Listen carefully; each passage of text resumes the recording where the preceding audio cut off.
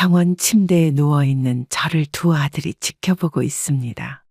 눈을 뜨자마자 마주친 두 아들의 얼굴은 분노와 불안으로 일그러져 있었죠. 엄마, 제발 정신 좀 차려요. 그 재산이 얼마나 한다고 다 기부한다는 거예요? 큰아들 지훈의 목소리는 거칠었고 병실 안을 울리며 제 귀를 파고들었어요. 뭐라고? 엄마가 지금 아파서 병상에 누워 있는데 그게 할 소리야? 작은 아들 민수는 형보다 더 격앙된 목소리로 소리쳤습니다. 병상에 누운 제 모습은 아랑곳하지 않은 채로요. 그럼 우리는 어떡하라고요? 저는 힘겹게 몸을 일으키며 두 아들을 바라봤어요. 모든 것을 바쳐 키운 아들들이 병상에 누운 노모에게 보이는 모습이 이것이었습니다. 너희들 위해서 평생을 살았어. 이제는 내 인생을 살고 싶다. 제 목소리는 작았지만 단호했죠. 평생 아들들을 위해 희생한 어머니에게서 이제는 자신의 삶을 찾겠다는 선언이었어요. 에이, 말도 안 돼요. 엄마 지금 정신이 하나도 없으신 거 맞아요? 민수가 폭발하듯 소리치자 병실 문이 열리고 간호사가 들어왔습니다. 여기가 어디라고 소리를 지르세요? 환자분 안정이 필요합니다. 간호사의 말에도 아랑곳하지 않고 지훈이 다가와 제 손을 꽉 잡았어요. 엄마, 우리가 얼마나 힘들게 살았는지 아세요? 이제 좀 편하게 살아보려고 했더니. 저는 그의 손을 뿌리치고 말했습니다. 그럼 내 인생은 편했던 것 같니? 두 아들은 서로 눈빛을 교환하더니 냉소적인 웃음을 지었어요. 평생 희생한 어머니의 마지막 선택마저 인정하지 않는 그들의 모습에 가슴이 무너져 내렸죠. 이러다가 우리 한 푼도 못 받는 거 아니야? 민수가 형에게 속삭이듯 말하는 소리가 제 귀에 들어왔습니다. 그 순간 제 모든 희생이 헛된 것처럼 느껴졌어요. 엄마, 우리 밖에서 얘기 좀 할까요? 지훈이 억지로 미소를 지으며 말했지만 저는 고개를 저었습니다. 필요 없다. 너희 둘 다 당장 나가. 두 아들은 불만스러운 표정으로 병실을 나갔고 저는 창밖으로 시선을 돌렸어요. 병실 창문으로 보이는 하늘은 맑았지만 제 마음속은 먹구름이 가득했습니다. 병실의 침묵 속에서 저는 문득 30년 전으로 돌아갔습니다. 결혼 초기에 행복했던 시절, 두 아들을 키우며 보냈던 시간들이 물결처럼 밀려왔어요. 여보, 오늘 지훈이가 첫걸음 말을 뗐어요. 정말? 우리 아들 벌써 이렇게 컸네. 남편은 웃으며 아기 지훈이를 번쩍 들어 올렸고 그 모습을 보며 저는 세상을 다 가진 것 같은 행복을 느꼈죠. 그때만 해도 우리는 완벽한 가족이었습니다. 여보, 오늘은 일찍 들어올 수 있어요? 전화기 너머로 들려오는 남편의 목소리가 왠지 어색했어요. 미안해. 오늘도 야근이야. 기다리지 말고 자. 매일 같은 대답에 의심이 들기 시작했습니다. 이웃의 제보로 남편이 다른 여자를 만나고 있다는 사실을 알게 된 건 그로부터 얼마 지나지 않았어요. 오늘 어디 갔다 왔어? 퇴근 후 집에 돌아온 남편에게 물었죠. 이미 그가 다른 여자와 손잡고 걸어가는 모습을 직접 봤는데도 말이에요. 회사에서 야근했어. 왜? 남편의 거짓말에 더는 참을 수 없었습니다. 거짓말 그만해. 당신이 다른 여자랑 있는 걸 봤어. 남편의 얼굴이 순간 굳어졌고 그는 잠시 침묵하다가 고개를 숙였어요. 미안해. 그냥 잠깐 만난 거야. 피곤하니까 그만 말해. 그 말에 제 마음속 무언가가 완전히 무너져 내렸습니다. 그날 밤 아이들 방에 들어가 잠든 두 아들의 얼굴을 바라봤어요. 엄마가 지켜줄게. 반드시. 이혼 후 저는 혼자 두 아들을 키우게 되었죠. 낮에는 농사일, 밤에는 식당에서 설거지를 하며 생계를 꾸려나갔어요. 엄마, 왜 아빠는 우리랑 안 살아요? 어린 민수가 물었을 때 가슴이 아팠지만 미소를 지으며 대답했습니다. 때로는 어른들의 사정이 있단다. 괜찮아요, 엄마. 저랑 민수는 엄마만 있으면 돼요. 10살 지훈이의 위로에 눈물이 났지만 아이들 앞에서는 강한 모습을 보여야 했어요. 그때는 몰랐죠. 제가 평생을 바쳐 키운 이 아이들이 훗날 병상에 누운 저를 냉정하게 대할 거라는 사실을요. 아이들아, 엄마는 너희를 위해서라면 뭐든지 할 수 있어. 밤늦게 일을 마치고 돌아와 잠든 아이들의 머리를 쓰다듬으며 다짐했던 그 약속이 이렇게 되돌아올 줄은 몰랐습니다. 이혼 후 천몇 년은 지옥 같았습니다. 아침 5시에 일어나 논밭을 일구고 저녁에는 시내 식당에서 접시를 닦았어요. 아줌마, 오늘도 야근이네. 식당 주인이 밤 11시가 넘어서도 일하는 저를 보며 말했습니다. 애들 학비가 만만치 않네요. 제 대답에 주인은 동정 어린 눈길을 보냈지만 그것조차 사치로 느껴질 만큼 바빴죠. 그날도 새벽 1시가 다 되어 집에 돌아왔습니다. 엄마, 내가 도와줄게. 12살 지훈이가 책상에서 졸며 저를 기다리고 있었어요. 숙제도 다 못 끝낸 채로요. 왜 안 자고 있어? 학교 늦겠다. 민수 감기 때문에 약 사러 가려고 기다렸어요. 지훈의 말에 급히 작은 방으로 가보니 7살 민수가 얼굴이 붉게 달아오른 채 잠들어 있었습니다. 열이 심했지만 병원에 데려갈 여유조차 없었어요. 약국에 가서 해열제만 사자. 내일 아침에 괜찮아지면 그냥 학교 보내고.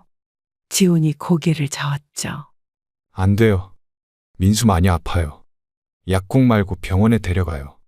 새벽 2시, 저는 민수를 업고 24시간 응급실로 향했어요. 택시비가 아까워 30분을 걸었습니다. 폐렴 초기 증상입니다. 조금만 더 늦었으면 위험할 뻔했네요. 의사의 말에 온몸에 식은땀이 흘렀죠.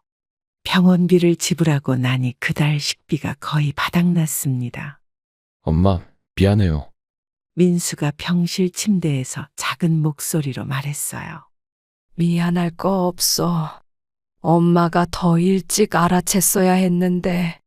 집에 돌아와 보니 지훈이 설거지와 빨래를 해놓았더군요. 10살 아이가 어른처럼 집안일을 책임지는 모습에 가슴이 아팠습니다. 형, 이거 내가 할게. 민수가 퇴원한 후 지훈이 빨래를 개고 있자 민수가 다가와 말했어요. 아냐, 니는 공부나 해. 아이들의 대화를 듣고 있자니 눈물이 났습니다. 어린 나이에 서로 의지하며 자라는 모습이 대견하면서도 미안했죠. 엄마, 우리 많이 컸죠? 저는 동네 시장에서 채소를 팔던 김석현 씨를 만났습니다. 처음엔 그저 인사를 나누는 이웃 사이였어요. 오늘은 상추가 싱싱하네요.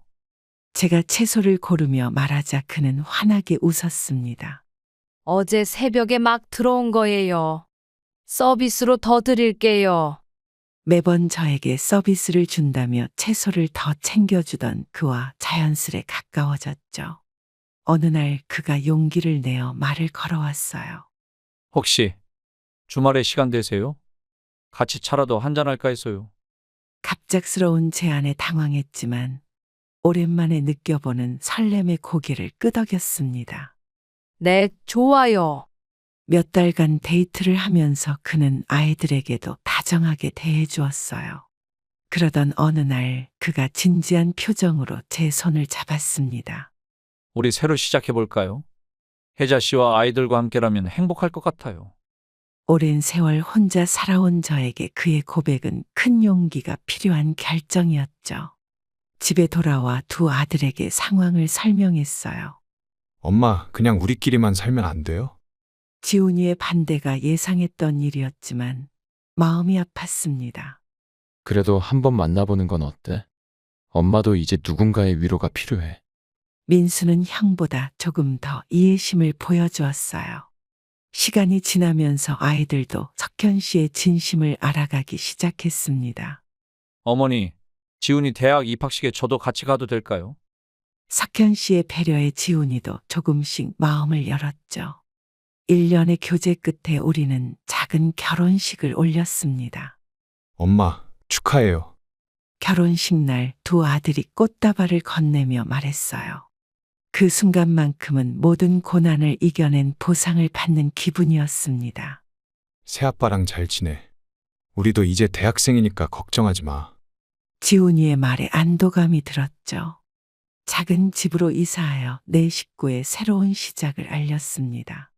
저녁 식탁에 모여 웃음꽃을 피우는 일상이 꿈만 같았어요. 여보, 오늘 아이들 방학인데 바다라도 갈까요? 석현 씨의 제안에 아이들도 좋아했습니다. 그 순간들이 인생에서 가장 행복한 시간이었죠. 하지만 행복은 오래가지 않았습니다.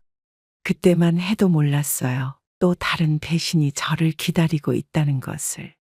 결혼 3년째, 석현 씨의 행동이 이상해지기 시작했습니다. 늦은 밤 귀가가 잦아졌고 전화가 오면 항상 밖으로 나가 통화했어요.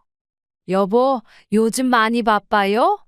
석현 씨의 행동이 의심스러워 조심스럽게 물었죠. 아, 거래처 관리가 좀 힘들어서. 걱정하지 마. 그의 대답은 짧고 어색했습니다.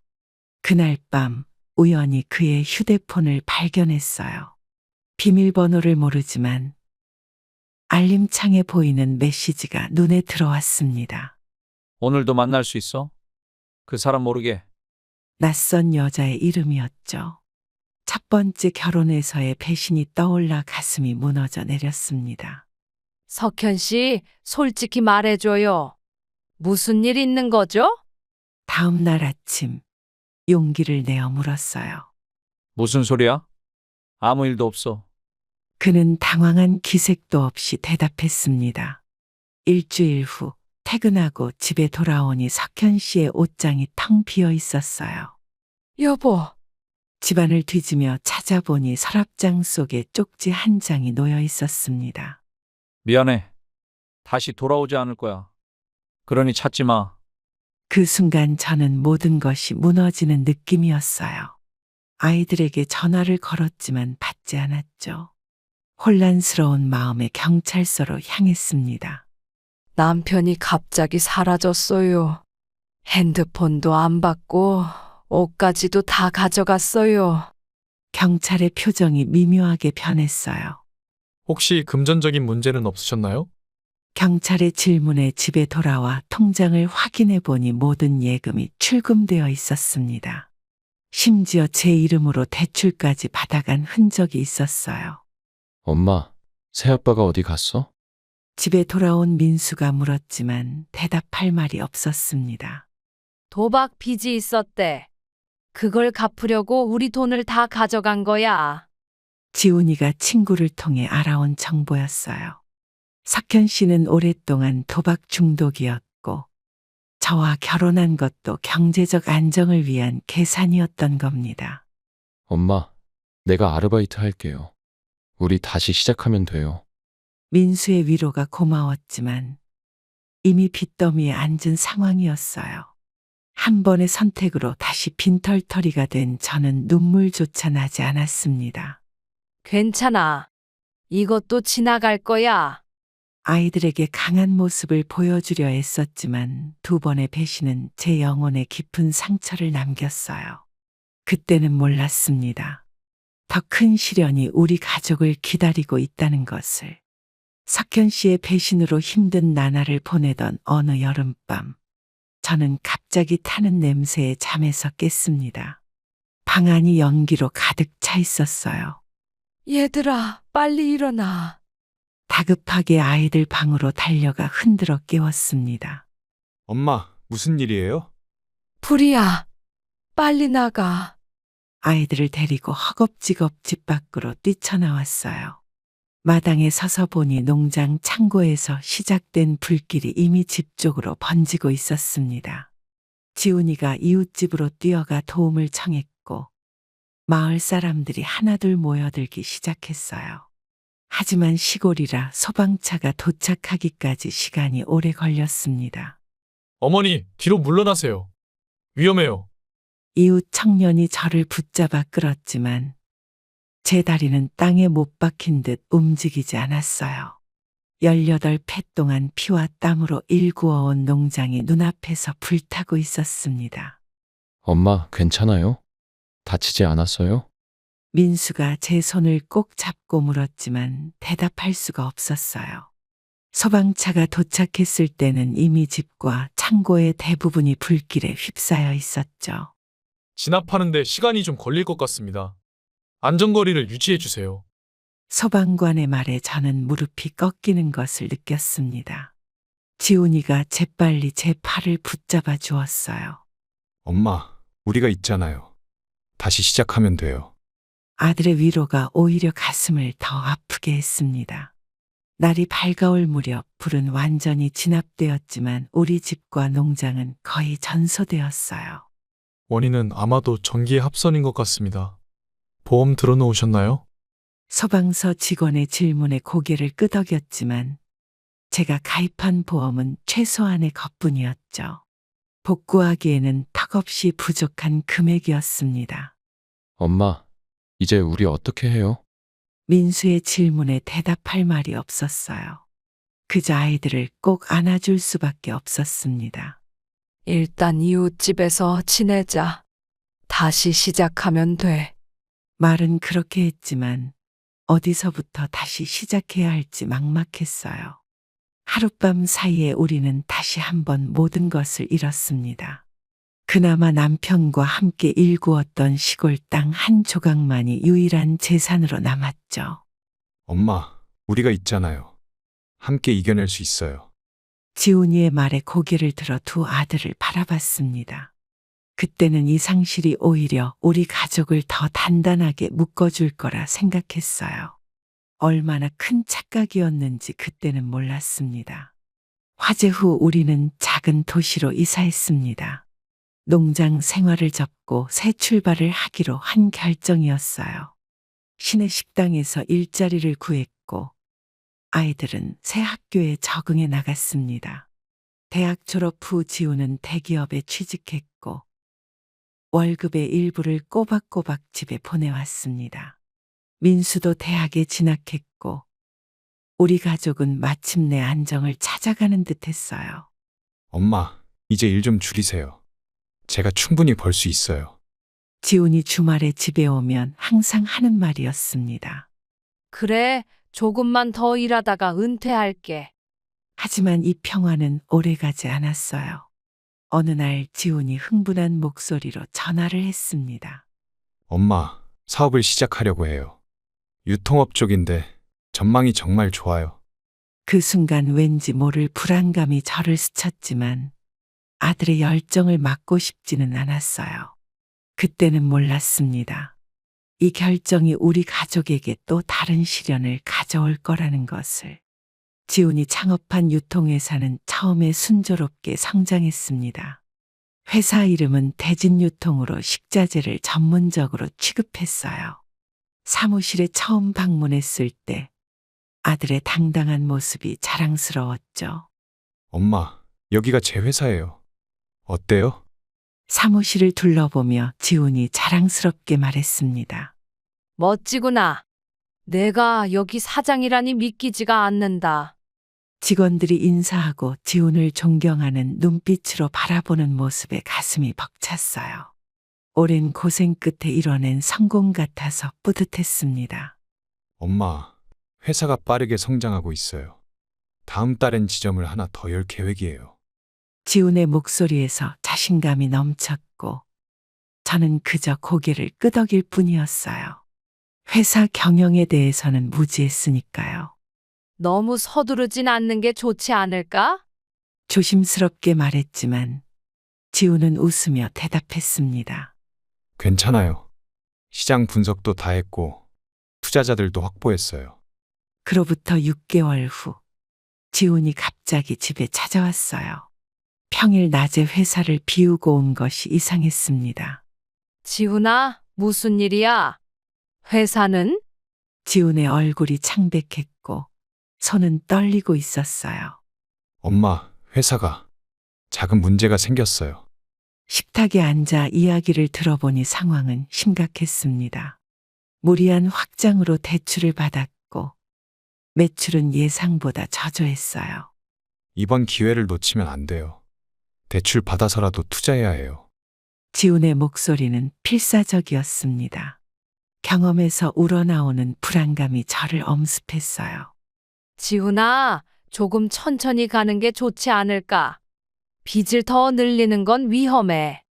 하지만 지훈은 제 말을 듣지 않았죠. 은행 대출이 어려워지자 사채까지 쓰기 시작했습니다. 그리고 얼마 지나지 않아 회사는 파산 지경에 이르렀어요. 엄마, 어떻게 해야 할지 모르겠어요. 다 망쳤어요.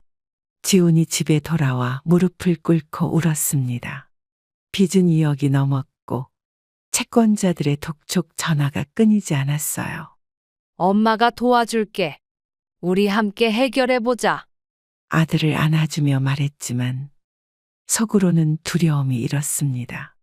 이 상황을 어떻게 헤쳐나가야 할지 막막했어요. 그때까지만 해도 더 큰 문제가 기다리고 있다는 것을 몰랐습니다. 바로 민수의 일이었죠.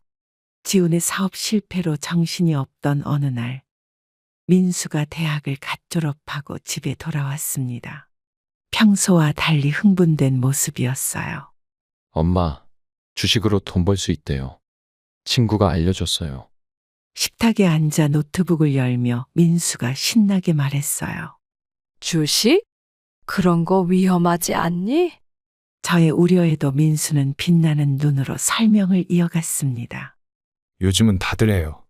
친구는 한 달 만에 1,000만 원 벌었대요. 처음에는 호기심으로 시작한 것 같았지만 점점 주식에 빠져드는 모습이 보였어요. 밤낮으로 주식 차트를 들여다보며 시간을 보냈죠. 민수야, 취업 준비는 어떻게 돼가고 있어? 현관문을 열고 들어오니 여전히 컴퓨터 앞에 앉아있는 민수가 보였습니다. 엄마, 이거 더 큰 돈 벌 수 있어요. 형빚도 갚을 수 있을 거예요. 취업 준비는 뒷전이 되어버렸고 저축해둔 학자금으로 주식 투자를 시작했어요. 며칠 후 민수가 환한 얼굴로 달려왔습니다. 엄마, 200만 원 벌었어요. 봐요, 여기. 핸드폰 화면을 보여주는 민수의 모습에 불안함이 커졌지만 아들이 기뻐하는 모습에 말을 아꼈어요. 그러나 그 기쁨은 오래가지 않았습니다. 아, 왜 이러지? 분명 오를 거라고 했는데. 어느 날 새벽 거실에서 들리는 민수의 중얼거림이 들렸어요. 나가보니 창백한 얼굴로 화면을 응시하고 있었습니다. 무슨 일이야? 늦었으니 자러 가자. 엄마, 주식이 폭락했어요. 1,000만 원 정도. 손해봤어요. 충격의 말을 잇지 못했어요. 민수는 그 손실을 만회하기 위해 더 위험한 투자를 시작했고 결국 모든 저축을 날렸습니다. 다 망쳤어요. 하지만 이번엔 꼭 성공할 거예요. 믿어주세요, 엄마. 민수의 눈빛이 달라졌어요. 마치 도박에 중독된 사람 같았습니다. 더 무서운 건 사채까지 쓰기 시작했다는 사실이었죠. 민수야, 제발 그만해. 이미 많이 잃었잖아. 이번에 대박이에요. 오를 수밖에 없는 종목이에요. 말릴수록 더 깊이 빠져들었고 빚은 눈덩이처럼 불어났어요. 주변의 빚쟁이들까지 찾아오기 시작했습니다. 김 여사님, 댁의 아들이 빌린 돈이 2천만 원이 넘었습니다. 내일까지 갚아주세요. 현관문을 두드리는 낯선 남자의 목소리에 온몸이 떨렸어요. 지훈의 빚도 해결하지 못한 상황에서 민수마저 이렇게 될 줄은 몰랐습니다. 두 아들의 빚으로 우리 가족은 벼랑 끝으로 내몰렸어요. 채권자들의 독촉 전화가 밤낮으로 끊이지 않았습니다. 지훈과 민수의 빚이 모두 합쳐 3억 가까이 되었고 더 이상 피할 수 없는 상황이 되었어요. 어머님, 아드님들이 진 빚이 이렇게 됩니다. 이번 주까지 최소한 5천만 원은 갚으셔야 합니다. 법무사가 보여준 서류를 보며 현실감이 없었어요. 이렇게 많은 돈을 어떻게 마련해야 할지. 밤마다 걱정으로 잠을 이루지 못했습니다. 두 아들은 자책과 후회로 제대로 된 대화조차 나누기 힘들었죠. 엄마, 정말 죄송해요. 제가 다 망쳤어요. 저녁 식사 중 지훈이 고개를 떨구며 말했어요. 나도 엄마 정말 미안해요. 민수도 눈물을 글썽이며 사과했지만 이미 상황은 돌이킬 수 없었습니다. 며칠을 고민하다 결국 마지막 선택을 하게 되었어요. 남편과 함께 일구었던 시골 농장 땅을 팔아야겠어. 아침 식탁에서 두 아들에게 말했죠. 그 땅은 우리 가족의 마지막 재산이자 추억이 깃든 곳이었어요. 엄마, 정말 그것까지 팔아야 해요? 민수가 놀란 눈으로 물었습니다. 다른 방법이 없구나. 채권자들이 더 이상 기다려주지 않겠대. 부동산 중개소를 찾아가 땅을 내놓았어요. 중개인의 표정이 밝지 않았습니다. 요즘 부동산이 안 좋아서 생각보다 가격이 많이 낮을 수 있습니다. 예상대로 땅은 시세보다 훨씬 낮은 가격에 팔렸어요. 그래도 아들들의 빚을 대부분 갚을 수 있는 금액이었죠. 어르신, 서명하시면 됩니다. 계약금은 오늘 입금해 드릴게요. 계약서에 서명하는 순간 지난 40년간의 추억이 주마등처럼 스쳐 지나갔어요. 그 땅을 사던 날 남편과 함께 꿈을 그리던 시간들, 아이들이 뛰놀던 모습까지. 엄마, 정말 미안해요. 저희 때문에. 지훈이 계약을 마치고 나오는 저를 기다리고 있었어요. 됐다. 사람이 살다 보면 이런 일도 있는 거지. 강한 척했지만 마음은 무너져 내렸습니다. 농장 땅을 판 돈으로 채권자들의 빚을 갚자 겨우 독촉 전화는 멈췄어요. 하지만 우리 가족에겐 아무것도 남지 않았죠. 이제 어떻게 살아야 하나. 빈 지갑을 바라보며 중얼거렸을 때 갑자기 심한 복통이 찾아왔습니다. 처음에는 스트레스 때문이라 생각했지만 통증이 점점 심해졌어요. 엄마, 괜찮아요? 얼굴이 너무 창백해요. 민수의 걱정스러운 목소리가 들리는 가운데 저는 의식을 잃고 바닥에 쓰러졌습니다. 눈을 떴을 때 저는 낯선 병실에 누워 있었습니다. 흰 천장과 소독약 냄새, 규칙적으로 울리는 기계음이 현실감을 주었어요. 민수와 지훈이 침대 옆에서 걱정스러운 표정으로 저를 내려다보고 있었습니다. 엄마, 정신이 들어요? 의사 선생님 불러올게요. 민수가 황급히 나가자 지훈이 제 손을 잡았습니다.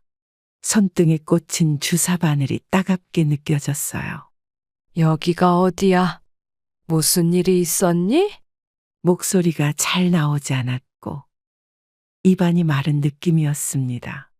한참 동안 아무 말도 못하던 지훈이 떨리는 목소리로 대답했어요.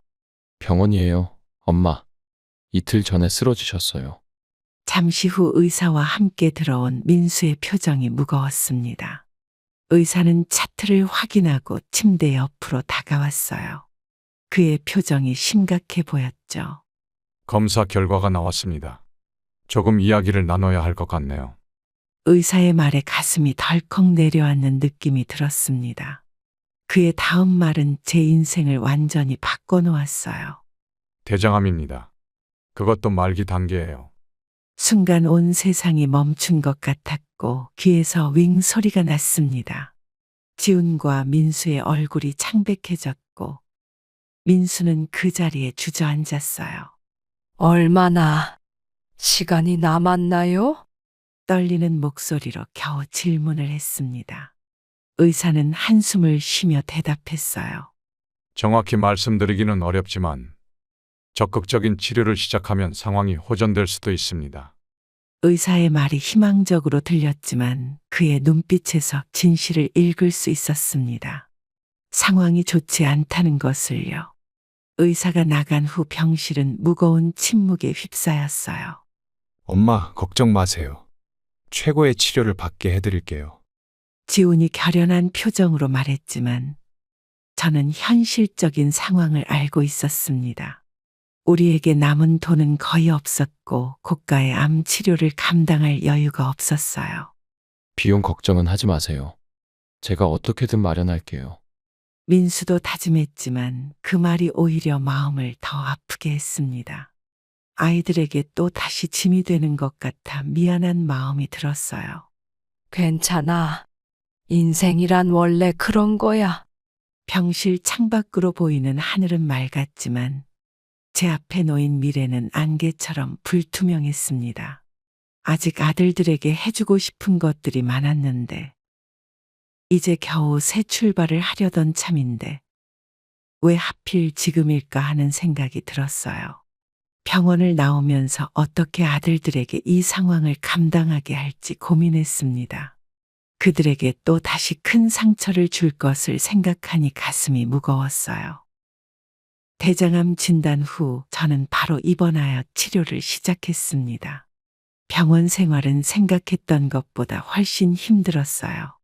매일 아침 7시에 체온과 혈압을 재는 것으로 하루가 시작되었고 그 후로는 끝없는 검사와 치료의 연속이었습니다. 오늘은 항암 주사 맞는 날이에요. 살짝 불편하실 수 있으니 미리 말씀드려요. 간호사가 친절하게 설명했지만 그 살짝 불편이란 말이 얼마나 절제된 표현인지 곧 알게 되었어요. 괜찮아요. 감사합니다. 항암 치료가 시작되고 몇 시간 후 온몸이 불에 타는 듯한 고통이 찾아왔습니다. 구토가 심했고 머리카락도 빠지기 시작했어요. 거울 속에 비친 초췌한 모습을 보며 눈물이 났지만 아들들 앞에서는 언제나 강한 척했습니다. 엄마, 오늘 기분은 어때요? 민수가 병실을 찾아와 꽃다발을 건네며 물었어요. 그의 눈에는 걱정이 가득했습니다. 훨씬 나아졌어. 이제 곧 퇴원할 수 있을 것 같아. 실제로는 온몸이 아파 숨쉬기도 힘들었지만 아들에게 걱정을 끼치고 싶지 않았어요. 치료 과정은 고통스러웠고 밤이면 홀로 남겨진 병실에서 자주 울었습니다. 아직 아들들에게 해주고 싶은 것이 많은데 이대로 떠나야 한다는 생각에 가슴이 아팠어요. 어르신, 조금씩 나아지고 있어요. 힘내세요. 의사 선생님이 매일 회진을 오셨지만 그 말이 진심인지 단순한 위로인지 구분하기 어려웠습니다. 식욕이 없어 음식을 거의 먹지 못했고 체중이 급격히 줄었어요. 입원 전 65kg이던 몸무게가 한 달 만에 52kg까지 떨어졌습니다. 어머니, 영양제라도 맞으셔야 해요. 이대로는 항암 치료도 받기 힘들어지세요. 간호사의 우려에도 음식은 목구멍으로 넘어가지 않았어요. 잠을 잘 때마다 이대로 눈을 뜨지 못할까봐 두려웠습니다. 밤중에 깨면 병실 창밖으로 보이는 별이 유일한 위안이었어요. 여보세요. 지훈아, 엄마야. 오늘은 병원에 안 오니? 전화를 걸었지만 지훈의 목소리는 어색했습니다. 죄송해요, 엄마. 오늘은 일이 좀 있어서. 내일 갈게요.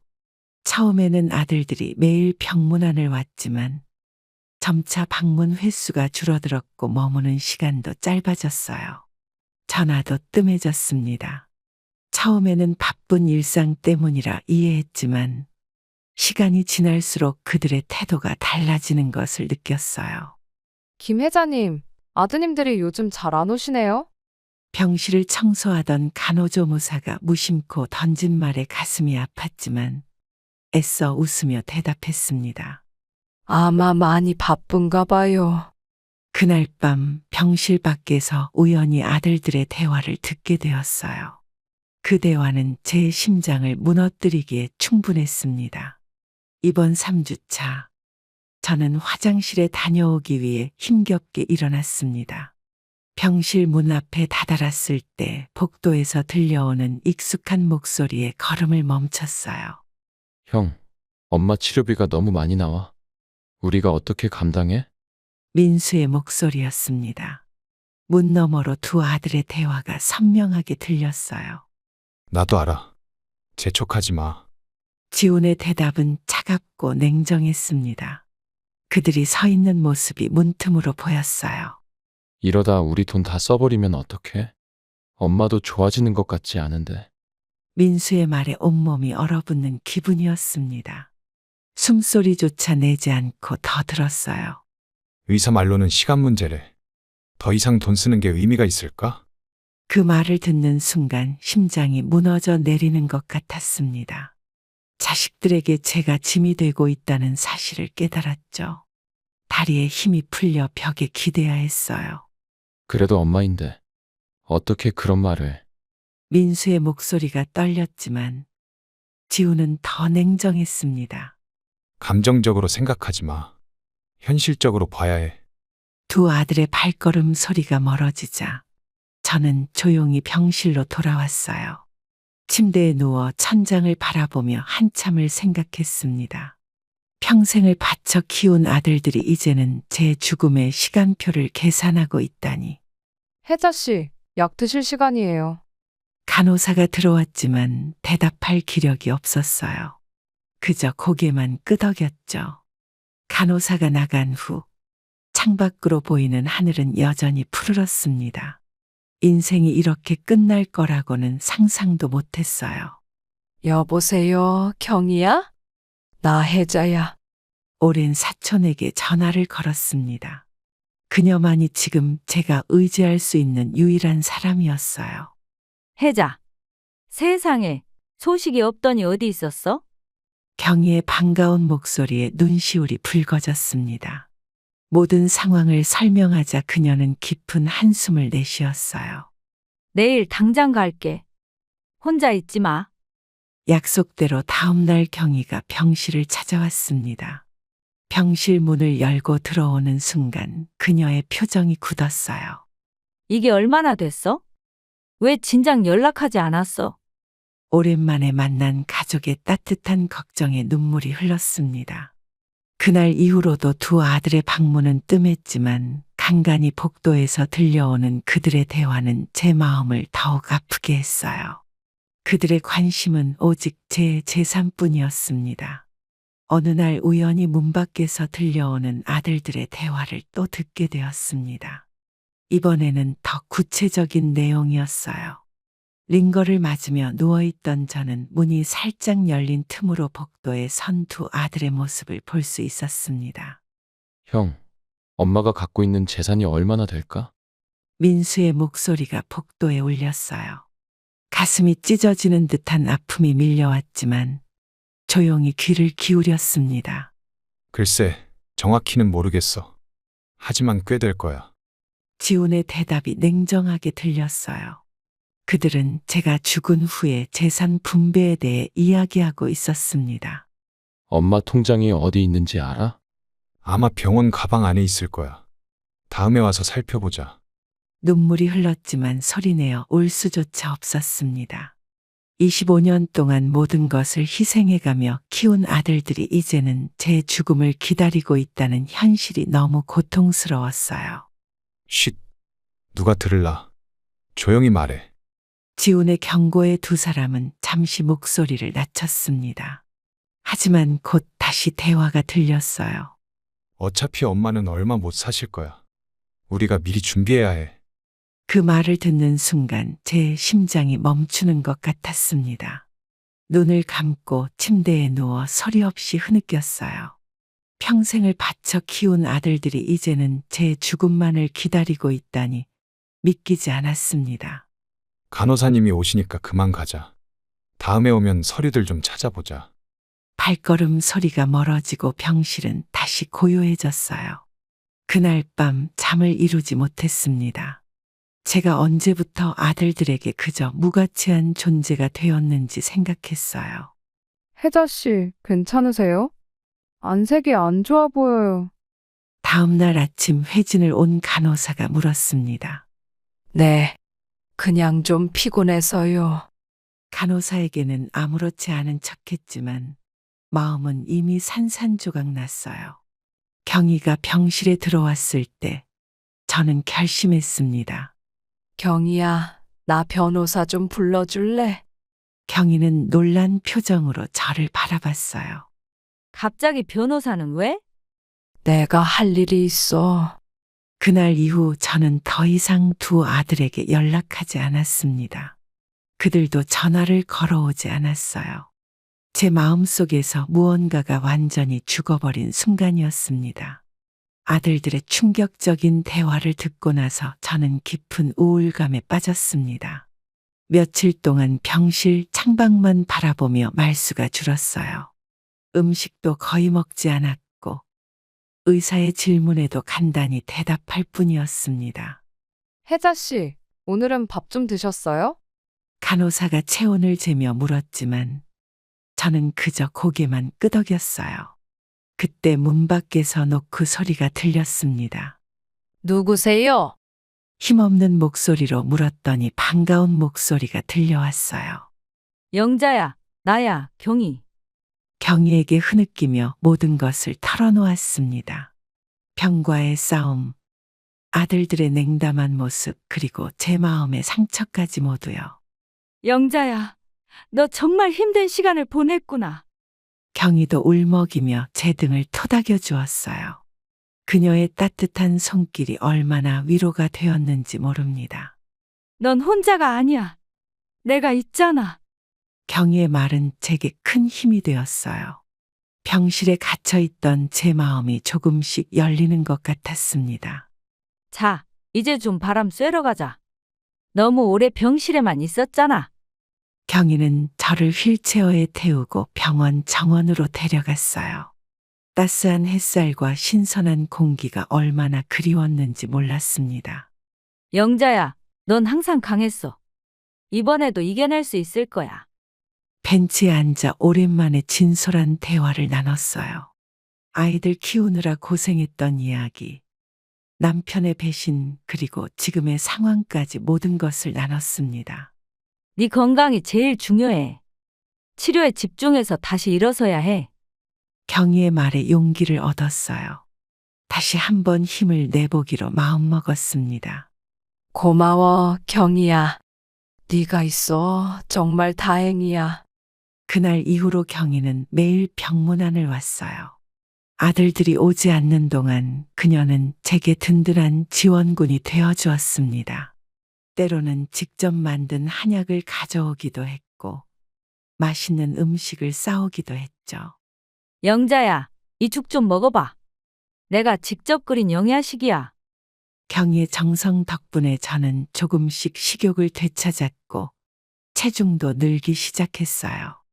무엇보다 삶에 대한 의지가 다시 살아났습니다. 나 퇴원하면 새로 시작할 거야. 아직 내 인생이 끝난 게 아니잖아. 경희는 환하게 웃으며 고개를 끄덕였어요. 그녀의 웃음이 저에게는 큰 희망이 되었습니다. 경희의 방문 후 3일째 되는 날, 저는 오랜 고민 끝에 큰 결심을 하게 되었습니다. 경희가 추천해준 변호사를 통해 유언장을 작성하기로 한 거예요. 변호사님, 유언장 작성을 부탁드리고 싶습니다. 전화 통화 후 오후에 변호사가 병실을 방문했습니다. 김 변호사는 50대 중반으로 보이는 온화한 인상의 남성이었어요. 어떤 내용으로 작성해 드릴까요? 변호사가 노트북을 꺼내며 물었습니다. 제 재산을 지역 복지재단에 기부하고 싶어요. 제 말에 변호사는 잠시 놀란 듯 했지만 곧 이해한다는 듯 고개를 끄덕였어요. 구체적인 사항들을 말씀해 주시겠어요? 농장 땅을 팔고 남은 보험금과 예금, 그리고 제가 가지고 있던 몇 가지 귀중품에 관한 내용을 상세히 설명했죠. 총 6천만 원 정도 되는 금액이었습니다. 이 돈으로 지역 노인복지센터와 소외된 아동들을 위한 기금을 마련했으면 해요. 경희가 옆에서 제 손을 꼭 잡아주었어요. 그녀의 지지가 있어 더 확신을 가지고 결정할 수 있었습니다. 모든 재산을 기부하신다면 아드님들은 어떻게? 변호사의 조심스러운 질문에 저는 단호하게 대답했어요. 두 아들에게는 각각 100만 원씩만 남기겠습니다.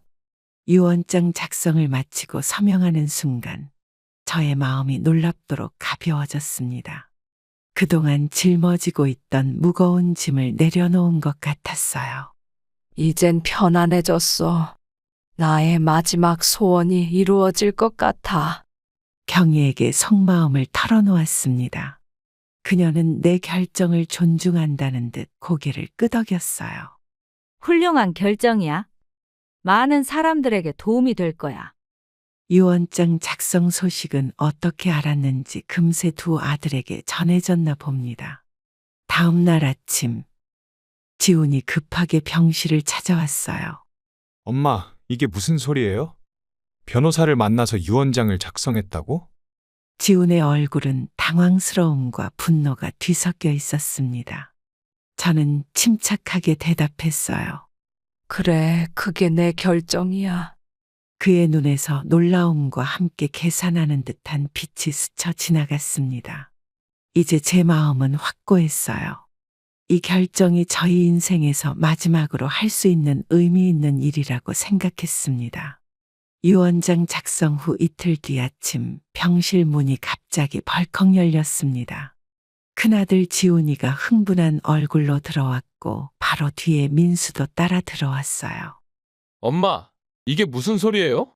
재산을 저희에게 안 주고 기부한다고요? 민수의 목소리는 분노로 가득 차 있었습니다. 병실 안의 공기가 순식간에 무거워졌어요. 그래, 그게 내 결정이야? 침착하게 대답했지만 지훈의 반응은 더욱 격렬해졌습니다. 그의 얼굴이 점점 붉어졌어요. 어떻게 이럴 수 있어요? 그럼 우리는 어떻게 해요? 민수도 눈시울을 붉히며 말을 보탰습니다. 두 아들의 모습이 마치 어릴 적 장난감을 빼앗긴 아이 같았어요. 너희들 위해서 평생을 살았어. 이제는 내 인생을 살고 싶다. 제 말에 지훈은 믿을 수 없다는 듯 고개를 저었습니다. 그때 문이 열리며 경희가 들어왔어요. 무슨 일이야? 소란스러운 소리가 들려서. 경희는 상황을 파악하고 지훈을 날카롭게 쳐다봤습니다.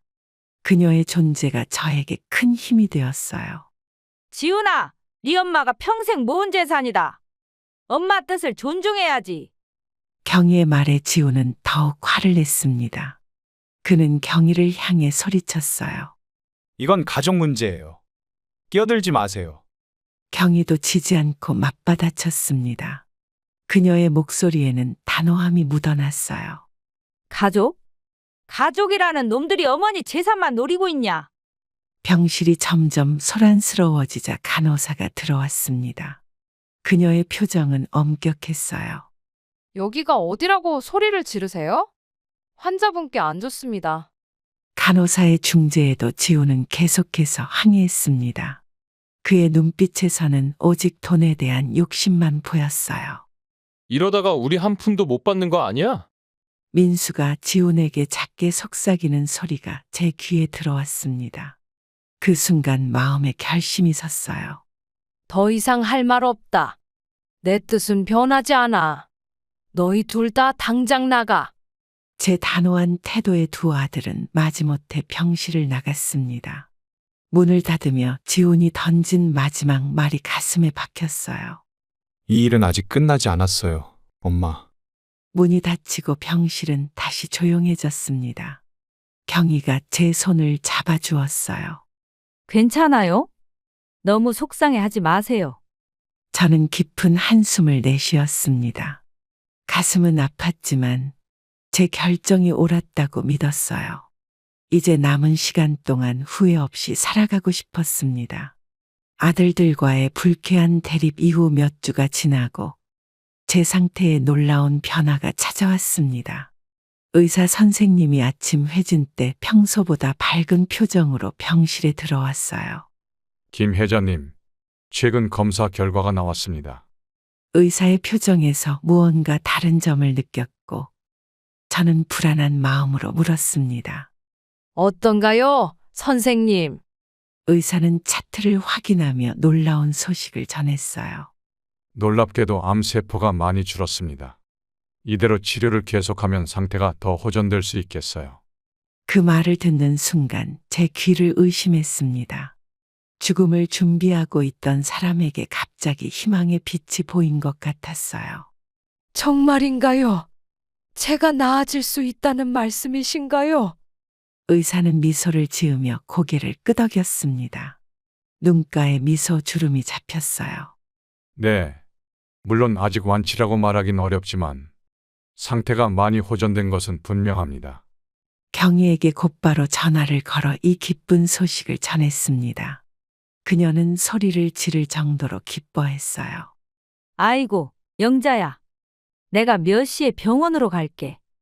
정말 다행이다. 회복 가능성에 대한 소식은 저에게 새로운 활력을 주었습니다. 며칠 전까지만 해도 생각하지 못했던 미래 계획을 세우기 시작했어요. 간호사님, 퇴원 절차는 어떻게 밟나요? 간호사는 놀란 표정으로 저를 바라봤지만 곧 웃음을 지었습니다.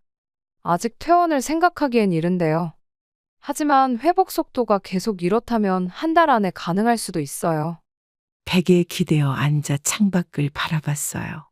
병실 창문으로 보이는 하늘이 그 어느 때보다 푸르고 아름다워 보였습니다. 이제 어디서 살지 고민해봐야겠네. 혼자 중얼거리며 미소 지었습니다. 아들들과 함께 살 생각은 없었어요. 새로운 시작을 위해 다른 곳으로 가고 싶었죠. 선생님, 시골에서 지내면 건강에 더 좋을까요? 의사는 생각에 잠긴 듯 하다가 대답했습니다. 자연 속에서 지내시는 것은 분명 건강에 도움이 될 거예요. 스트레스도 적고 공기도 좋으니까요. 그 순간 결심이 섰어요. 병원을 나가면 시골로 돌아가 새 삶을 시작하기로 했습니다. 두 아들은 소식을 듣고도 찾아오지 않았지만 이제 그들의 존재가 제 행복을 좌우하지 않는다는 것을 깨달았어요. 퇴원을 일주일 앞두고 저는 삶의 새로운 계획을 세우기 시작했습니다. 제가 미리 예약해 둔 시골 마을의 작은 집 사진을 보며 경희와 함께 설레는 대화를 나누고 있었어요. 이곳이 내가 살 집이야. 작지만 텃밭도 있고 전망도 좋아. 손에 든 사진을 경희에게 보여주며 기쁜 마음을 숨기지 못했습니다. 정말 아늑해 보인다. 집 앞에 꽃도 심고 작은 채소밭도 만들 수 있겠네. 경희는 사진을 자세히 살펴보며 즐거워했어요. 저는 오랜만에 미래에 대한 희망을 느꼈습니다. 응, 내가 좋아하는 채소를 직접 길러서 먹을 거야. 이번엔 오로지 나를 위한 삶을 살 거라고. 병실 창가에 앉아 퇴원 후의 생활을 상상하는 것만으로도 행복했어요. 머릿속에 그려지는 그림이 선명했죠. 혜자 씨, 퇴원 준비는 다 되셨나요? 간호사가 체온을 재러 들어오며 물었습니다. 네, 거의 다 끝났어요. 이제 마지막 검사만 남았죠. 간호사는 제 회복 상태를 보며 미소를 지었어요. 누구보다 제 투병 과정을 가까이서 지켜본 사람이었죠. 정말 기적 같은 회복이에요. 처음 입원하셨을 때와는 완전히 다른 분이 되셨네요. 창문으로 들어오는 햇살이 따뜻하게 느껴졌습니다. 마음의 결정을 굳힌 저는 변호사에게 전화를 걸었어요. 변호사님, 유언장을 약간 수정하고 싶은데 시간 되세요. 잠시 후 병실을 찾아온 변호사는 노트북을 펼쳤습니다. 저는 새로운 계획을 상세히 설명했어요. 재산의 일부를 경희에게 남기고 싶어요. 그리고 시골 마을 노인복지센터에 기부하고 싶습니다. 변호사는 고개를 끄덕이며 내용을 기록했어요. 경희는 놀란 표정이었습니다. 영자야, 그럴 필요 없어. 난 그런 거 바라지 않아. 진심으로 거절하는 경희의 모습이 더욱 고마웠어요. 하지만 제 마음은 결정되어 있었습니다. 이건 내 마음이야. 네가 있어서 내가 다시 살 수 있었어. 그냥 받아줘. 서류에 서명하는 순간 미래를 향한 첫 발을 내딛는 기분이었어요. 이제 정말 새로운 인생이 시작되는 것 같았습니다. 유언장 수정이 끝난 후 경희는 퇴원 준비를 돕기 위해 병원에 자주 찾아왔습니다. 퇴원 전날 예상치 못한 방문객이 병실 문을 두드렸어요. 누구세요? 문이 열리고 놀랍게도 두 아들이 함께 서 있었습니다. 지훈과 민수의 얼굴에는 어색한 미소가 있었어요. 엄마, 퇴원한다는 소식 들었어요. 축하드리러 왔어요. 지훈이 꽃다발을 내밀었습니다. 저는 의아한 표정으로 그들을 바라봤어요. 고맙다. 근데 갑자기 왜? 민수가 앞으로 나서며 말했습니다. 그의 눈에는 진심이 담겨 있는 것 같았어요. 엄마, 우리가 많이 잘못했어요. 용서해 주세요. 병실 내 공기가 순간 무거워졌습니다. 두 아들의 진심을 판단하기 어려웠어요. 완쾌하셨다고 들었어요. 이제 같이 살면 어떨까요? 지훈의 제안에 저는 마음을 굳게 먹었습니다. 그들의 갑작스러운 태도 변화가 제 병세 호전과 관련이 있다는 것을 알 수 있었어요. 고맙지만 이미 시골에 집을 구해놨어. 혼자 살 거야. 두 아들의 표정이 굳어졌습니다.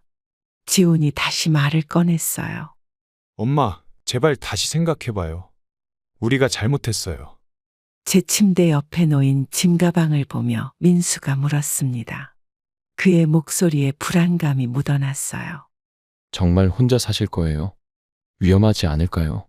두 아들의 말이 겉으로는 걱정처럼 들렸지만 그 속에 담긴 계산을 읽을 수 있었습니다. 저는 차분하게 대답했어요. 혼자가 아니야. 경희가 같이 내려갈 거야.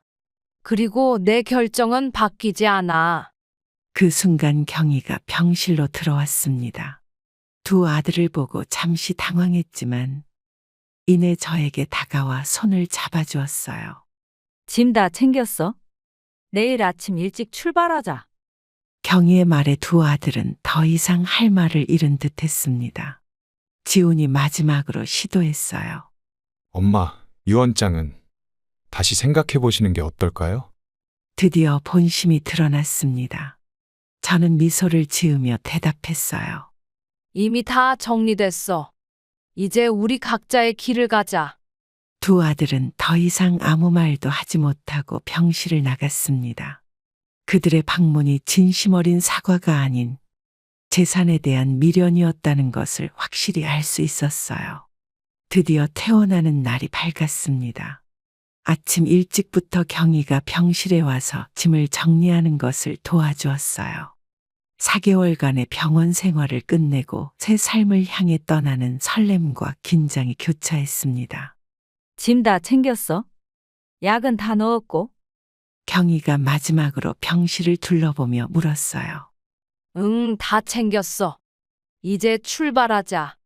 휠체어를 타고 병원 로비에 도착했을 때 예상치 못한 광경이 펼쳐졌습니다. 지훈과 민수가 또다시 저를 기다리고 있었어요. 엄마, 가시기 전에 마지막으로 한 번만 더 이야기 나눌 수 있을까요? 지훈의 목소리에는 간절함이 묻어 있었습니다. 민수는 고개를 숙인 채 말없이 서 있었어요. 이미 어제 할 말은 다 했잖니. 경희가 저를 보호하듯 휠체어 뒤에 서서 단호하게 말했습니다. 하지만 저는 마지막 기회를 주기로 결심했어요. 좋아, 잠깐만. 카페테리아로 자리를 옮겼습니다. 네 사람이 테이블에 앉자 무거운 침묵이 흘렀어요. 지훈이 먼저 입을 열었습니다. 엄마, 우리가 정말 잘못했어요. 엄마 아프실 때 제대로 돌보지도 못하고 오히려 상처만 드렸어요. 민수도 눈물을 글썽이며 말을 이었어요. 정말 죄송해요. 다시 한 번만 기회를 주세요. 두 아들의 눈에는 눈물이 고여 있었지만 그 속에 담긴 진심을 확신할 수 없었습니다. 저는 차분하게 대답했어요. 고맙다. 하지만 내 결정은 바뀌지 않는다. 이제 내 인생을 살고 싶구나.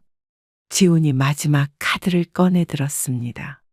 그의 목소리가 떨렸어요. 엄마, 저희가 잘못한 건 인정해요. 하지만 엄마가 그렇게 떠나시면 우리는 어떻게 살아요? 돈 말고 정말 엄마가 필요해요. 그 말에 잠시 마음이 흔들렸지만 지난 몇 개월간의 일들이 주마등처럼 스쳐 지나갔습니다. 병상에 누워있을 때 그들의 냉담함, 재산에만 관심을 두던 모습들이요. 너희들은 이미 충분히 컸어. 스스로 살아갈 수 있을 만큼. 이제는 내가 나를 위해 살아볼 차례야. 민수가 마지막으로 애원했어요. 제발 엄마, 용서해 주세요. 가슴이 아팠지만 저는 단호하게 결정을 내렸습니다. 두 아들을 바라보며 진심을 담아 말했어요. 용서는 했단다. 하지만 함께 살진 않을 거야. 각자의 길을 가자. 일어서면서 경희의 부축을 받았습니다. 두 아들은 망연자실한 표정으로 그 자리에 남겨두고 병원을 나섰어요. 밖으로 나오니 따스한 봄 햇살이 저를 반겼습니다. 새로운 시작을 알리는 것 같았죠. 자, 이제 진짜 출발이다. 경희의 말에 고개를 끄덕이며 택시에 올랐습니다. 병원을 떠나는 제 마음은 이상하게도 가벼웠어요. 병원을 떠난 지 6개월이 지났습니다. 시골 마을의 작은 집에서 새 삶을 시작한 저는 텃밭을 가꾸고 마을 주민들과 어울리며 평온한 나날을 보내고 있었어요. 오늘은 특별히 경희와 함께 마을 장터에 나와 봄나무를 팔고 있었습니다. 영자 씨네 쑥이 제일 싱싱하네. 또 살게요. 단골 아주머니가 밝은 표정으로 말했어요. 감사합니다. 오늘 아침에 직접 캐온 거예요. 장터에서의 소소한 대화가 이제는 제게 큰 즐거움이 되었습니다. 경희가 음료수 2개를 들고 돌아왔어요. 손님들이 많네. 이제 우리 영자가 마을 유명 인사가 됐어. 경희의 농담에 함께 웃었습니다. 암 치료는 아직 완전히 끝나지 않았지만 자연 속에서 지내며 건강이 크게 호전되었어요. 체중도 늘고 얼굴에 혈색도 돌아왔죠. 영자 할머니, 저 도와주세요. 동네 꼬마 지수가 연날리기에 어려움을 겪고 있었습니다. 저는 카운터를 경희에게 맡기고 아이에게 다가갔어요. 이렇게 잡고 바람이 불 때 살짝 놓아주면 돼. 아이와 함께 연을 날리는 동안 마음이 가벼워졌습니다. 아이들과 노는 것이 이렇게 즐거운 일인지 몰랐어요. 할머니도 손주가 있어요. 지수의 질문에 잠시 생각에 잠겼습니다. 두 아들은 퇴원 후 몇 번 연락을 시도했지만 저는 정중히 거리를 두었어요. 응, 있단다.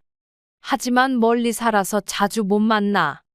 단순하게 대답하고 미소를 지었습니다. 이제는 그들의 존재가 제 마음을 흔들지 않았어요. 할머니, 저희 집에 놀러 오세요. 엄마가 맛있는 거 해주실 거예요. 아이의 순수한 초대의 마음이 따뜻해졌습니다. 이곳에서 만난 사람들은 제게 어떤 조건도 바라지 않고 순수하게 다가왔어요. 고마워, 지수야. 다음에 꼭 갈게. 장터를 마치고 집으로 돌아오는 길. 석양이 아름답게 물들어 있었습니다. 경희는 저녁 식사를 준비하고 저는 텃밭에서 마지막 일을 마무리했어요. 오늘 장사가 잘 됐네. 내일은 주민센터 봉사활동 가기로 했지? 경희가 창문으로 말을 걸었습니다. 응, 할머니들께 요리 가르쳐 드리기로 했어.